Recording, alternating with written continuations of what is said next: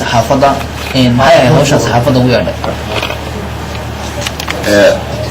saxaafadda horta kolley saaka kolley warbixin kalena waa heshay maan malaynayaa waxaa jiray xildhibaano 3 xildhibaan oo dakhligii dawladda hor istaagay kadibna boob qaarka u gaadhay iyada oo ay gaari ku xidheen intay gaari basa soo kaxaysay inaad ka arki doontaa sawirka albaabkii lagala baxayay dakhliga taasina ay keentay khatar in dakhligii dib loogula soo cararo ayna xafiisyada xerayntii baanka la geynayena la geyn kari waayey taliyaha qaybta waan la hadlay lambarkii soo xidhnaa taliyaha saldhigaan la hadlay barasaabka markaa isaguna la soo hadlay oo yidhi arrinta noocaasa tallaabo degdega ha laga qaado sharcigana ha la mariyo waayo waa fawda halkii ugu dambaysay shicibkii yashiida markii dambe ninba luuq ka baxo yaaceen waa 3 nin bay ahaayeen basna way wateen dakhligii kulley khasnijigana waad wareysanaysaan waxaan leeyahay bulshadu dadka noocaas ee mas-uuliyad la bidayay halkaasay marayaan maanta waad ogeedoona hargeysay tegeen warqado fool jariya oo wax alla wax ka jira ayna jirin ayay hargeysa la tegeen xildhibaano jooga oo saxiixoogii laga been abuuray ayaa jooga oo aan liiska haddana xildhibaanada ay qaateen ku jiray oo iyaga laftigoogu yacni arrintan la yaaban dibna u weydiiyey war maxaa fool jariga dhidu ku kalifay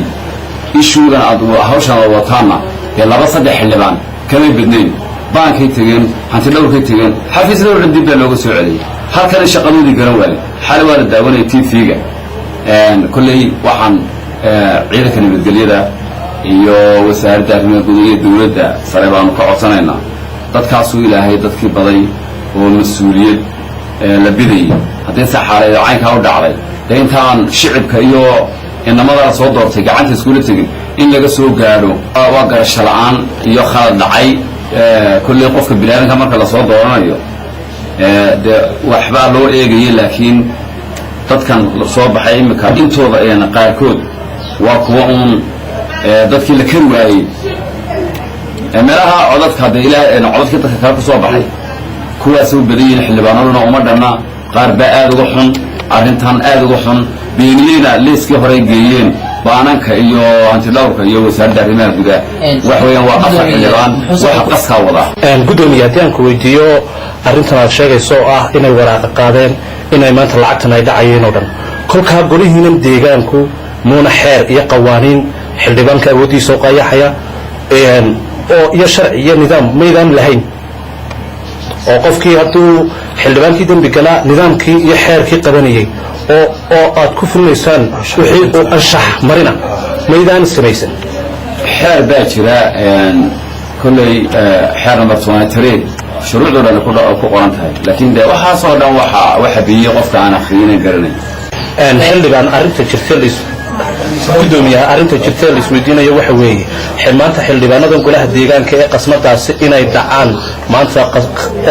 dakhligii soo geliyay ee la soo xareynayay ku kalifay maanta ujeedada ugu weyn ee ka dambaysa maxay tahay mashaar la'aan bay tabanayaan maxay xildhibaanadan tabanayaan bay kula tahay ma garasho la'aan waxa la tabanayaan waxay tabanayaan waxay xaq u leeyihiin sharciga ku yaala waxay tabanayaan sharciga ayuu ku yaala waxaan dee meesha ku ilaatan yar noqonayso hal meeyar baa jira yar ku xigeen waxay tabanayaan garmayno imika ninka gaariga wata wuxuu ku doodayay qandaraas la siiyo sharci kuna hordhigay lacagtii hore ayaan ku dacweynaa hadda warqadaas waxa ku socotaa maxkamadda iyo xeeraalinta iyo taliyaha saldhigga ee warqadaas ku socotaa lacag inaan kontaraaga u saxeenay oo lusaday ayaan doonaynaa in dakhliga hantidaa qaranka la soo celiyo tii horaa ku maqan oonu hadda ka daba tegayna xildhibaanada laga been abuurayna jaaladkii mar labaad ku soo qorayna war magacayga mar dambe حتى أنا يقع أصلا كان فدان عادي هاي سي عن شحمرون سميان لما صحيح هو فولجري حلبان جوجا أو حياة أو جوجا عاصمة قبا إن صحيح حس اللي فولجري مركب الأول يتصل على قرية روانك عليه halkaas marka marka ugu dambeyn hay'adaha sharciga u geeyay ugu dambeyn bulsho badan ayaa saaka meesha joogtay oo kulli dareenka ka dareen qaadanaysa maxaad hadaba bal dadka ku oranaysa u soo jeedinaysa tala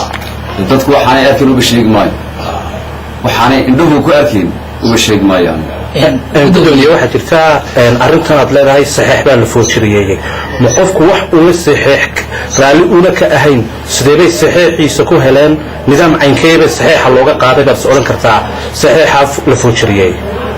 فولجري هذا تقانا نوعه يقدر ويدين فولجري وفولجري اللي بان عن ذلك هين بس صحيح يسي أصلا صحيح معناه هذا